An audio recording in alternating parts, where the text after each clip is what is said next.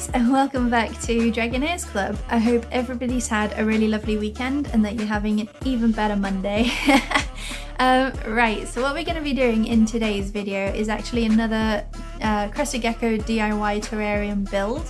But what's going to be different about this one is that it's going to be a very cost-effective, budget-friendly terrarium build. So we're not going to be skimping out on anything in terms of anything that the Crested Gecko would need to thrive and live a wonderfully long, happy, healthy life. But we are going to be looking for the same materials, but much, much cheaper. All right. So that's going to be today's video. I did try doing an intro take of this with Butterbeer, the Crested Gecko who will be going into the new terrarium, but unfortunately I couldn't get forwards in before she was pinging to my face, so I feel the camera will pick it up. Actually, much better. 3 months, and she generally is very good. Like a very light lilac colour, and then it goes to a very velvety dark purpley colour. But it did not go well. So take two. Yeah, this is going better. Right, so what I also wanted to say before we start the video is that I want to say a massive thank you, actually. So I want to say a massive thank you to everybody who has subscribed and watched the tarantula content. I can see that you guys really like it, and it's definitely something I'll be doing a lot more of in the future as well. I plan to keep you guys updated with the teas and how the slings all grow. I've got lots of quite exciting ideas all cooking up in here, and that's with the jumping spiders as well. They're not forgotten. I've got lots of content coming up with jumping spiders as well. I've got big ideas for this channel for the future. Literally, I've got my journal and I'm scribbling down all different ideas, and I've got some really cool things that I want to do, but it's going to be a little while before I get there. But I'm hoping that we do get there, because if we do, it's just, the ideas are going to be wild, guys, and I think you'd really appreciate it too. So if you're new to the channel, you love crested geckos and all sorts of invertebrates and reptiles, please hit that subscribe button, because it really does make my day, honestly. You should have seen how happy I was over this past week, like seeing you guys respond to my previous content. I just love it, I really do. It makes me so happy. So without further ado, let's get into today's content. Right, so before we crack on with the entire build, I'm just going to show you guys, this is the terrarium that I'll be using as my upgrade for this crested gecko. Nice and clean and ready to go. So let's crack on.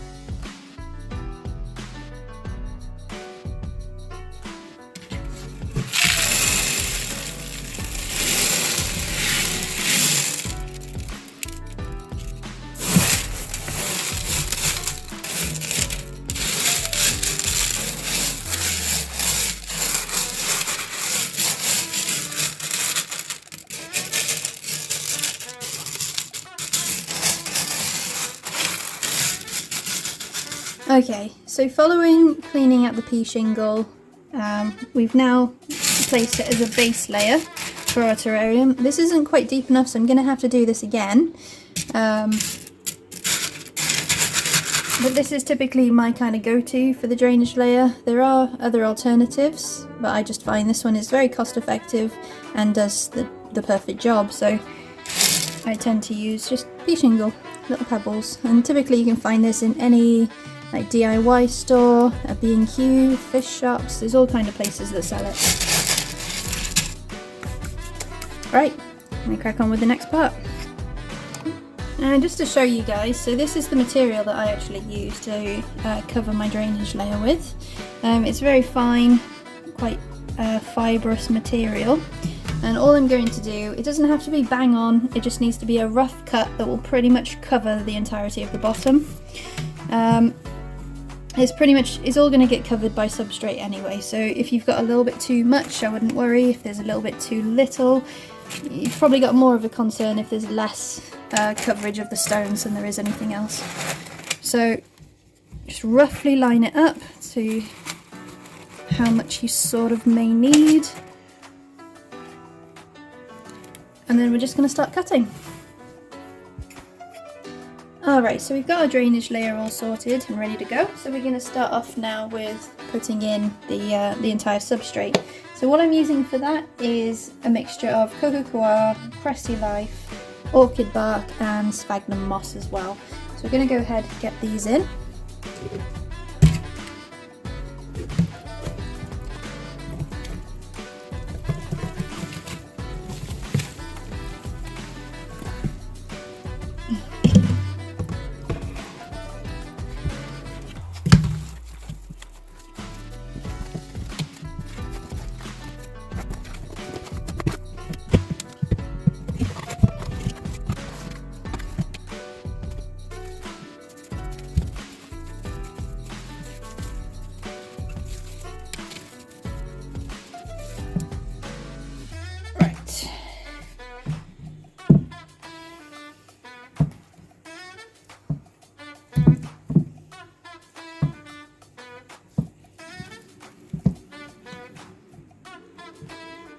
Lovely.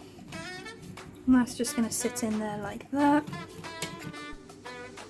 Alright, so all I've pretty much gone and done is just added this little pocket in, and I'm just going to pop some of the ivy into this. I probably won't use the entire lot, but I'll just bunch some together and stick some of that into there.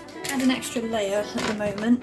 This is the crusty light, I'm just topping some more of this in.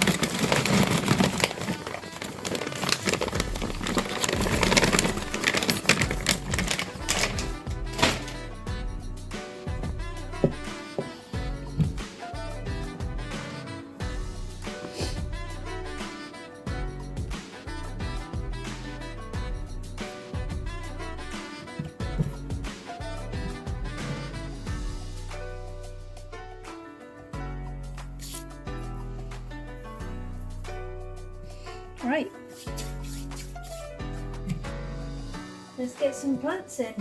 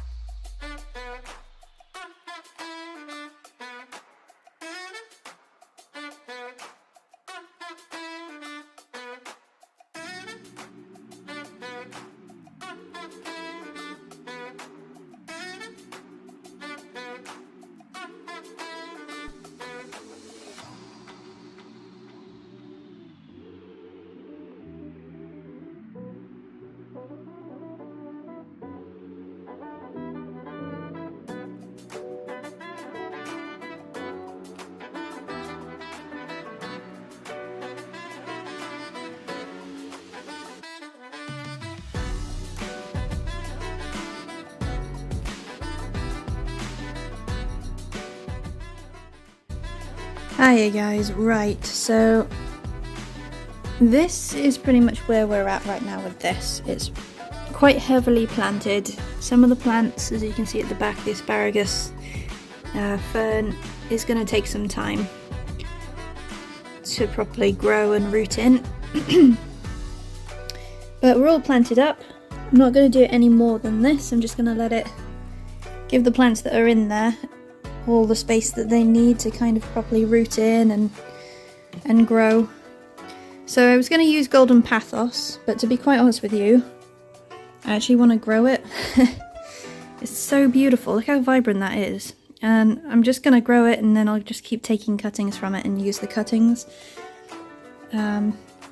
which is basically exactly what I did with this ivy. This is all just cuttings from my own ivy. So we'll see how this goes. Hopefully it goes quite well in here. But it's all in different places. It looks really cute actually. Kind of like a fairy tale kind of vibe from this. And then our Buddha right in the back there. I was quite tempted to almost plant something in here, and I might do like a little cushion of moss or something. It'd be quite cute. But yeah, so this is where we're at. So now what we're going to do is start putting in the isopods and springtails. Hey guys, so just had a pause with the whole design of this terrarium, because as I was going along with it I was kind of deciding actually it was a little bit too over cluttered with all the plants I was putting in. There's one in particular that I bought ages ago, and I bought it specifically to go into a terrarium, but every time I pop it in it just doesn't quite look right. Like, it's great with the coverage of the leaves, but nothing else in the terrarium is really going to get much light. So at the moment we're looking quite bare at the minute, I would say. Like, it's not bad, but I definitely want to do more to cover the back of this. So I've actually gone back out and I've picked up, so generally speaking the idea of this video is to try and do like a cost-effective method for your crested gecko, and so far we're doing really well. What I decided to do, because it does need more in there, was actually have a little look at the clearance section of the garden centre. So this is actually what I found, and you'll tend to find like this is actually in really good nick as well, and it dropped by like well over half price. I think this was only £8. I reckon this will probably do quite well. I could be wrong, it could die within sort of 2 weeks, but we're going to give it a good go anyway. For the price, you can't really go wrong. So let's pop it in and see what let's see what happens, really. Yeah. Okay, so this is where we're at, and I think we are pretty much finished with it. How lovely does that look with that Buddha?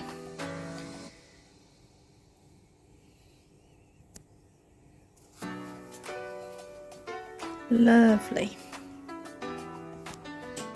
I love this plant. Hopefully it does quite well in here. Got a nice hide for her up there. I'd have liked to have done more with up by here, but just couldn't really figure out exactly what to do there. Like I could make like a platform or something maybe, and then put more like hanging plants coming over, but to be quite honest with you, I think we're pretty good for the foliage for now. We'll see how we go. If these plants do well, then it's absolutely fine. They'll grow up and pretty much cover it later anyway. But if they start to wilt and things, then I'll potentially look for a plan B, but for now I'm really happy with it. I think it looks lovely. So I'm just going to let everything root in, and then we'll get the Cresty moved in. Perfect. Dun da da dun.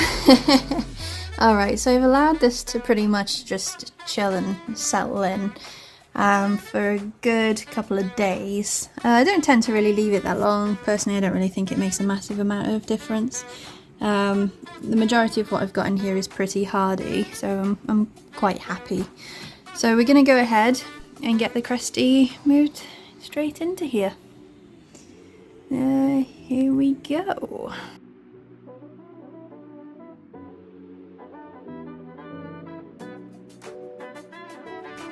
Look at you, you pretty girl. Eager for her food. Oi. You little stunner. Yep, that's a cricket. Good girl.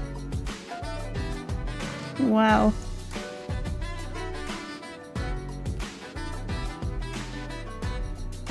Beautiful. Alright, so 1 times gecko going into 1 times new house. She's gonna love this. She's got so much place now to hide and climb. It's gonna be wonderful watching her in here. And there we go. She's in. How epic is that?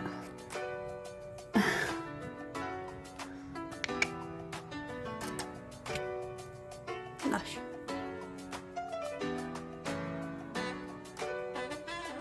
I absolutely love this enclosure. So natural and pretty.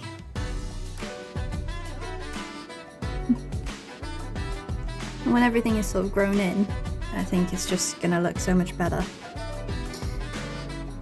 Yeah. There we go. Hi guys and welcome back. So, following completion of the terrarium build, the total expenditure was £153.31, which to be honest, I'm actually really happy with that. I had no sort of planned expenditure when it came to this. I just thought let's try and do it as cheap as we can. There's definitely ways that you can cut down even more. One of those ways would be to not go into a garden centre and want to buy every single plant there. I hope you really like the look of the terrarium as well. It's obviously quite different from the previous designs that I've done, but I love it nonetheless. I think it looks really cool, and as soon as the plants have really grown in and bushed out, I think it's just going to keep looking better and better. And if you did enjoy the content, please remember to like and subscribe, as it really does help the channel a lot. Motivates me massively to keep creating really cool content for you guys. Hope you guys have a wonderful rest of your evening, and I'll catch you on the next one. Bye!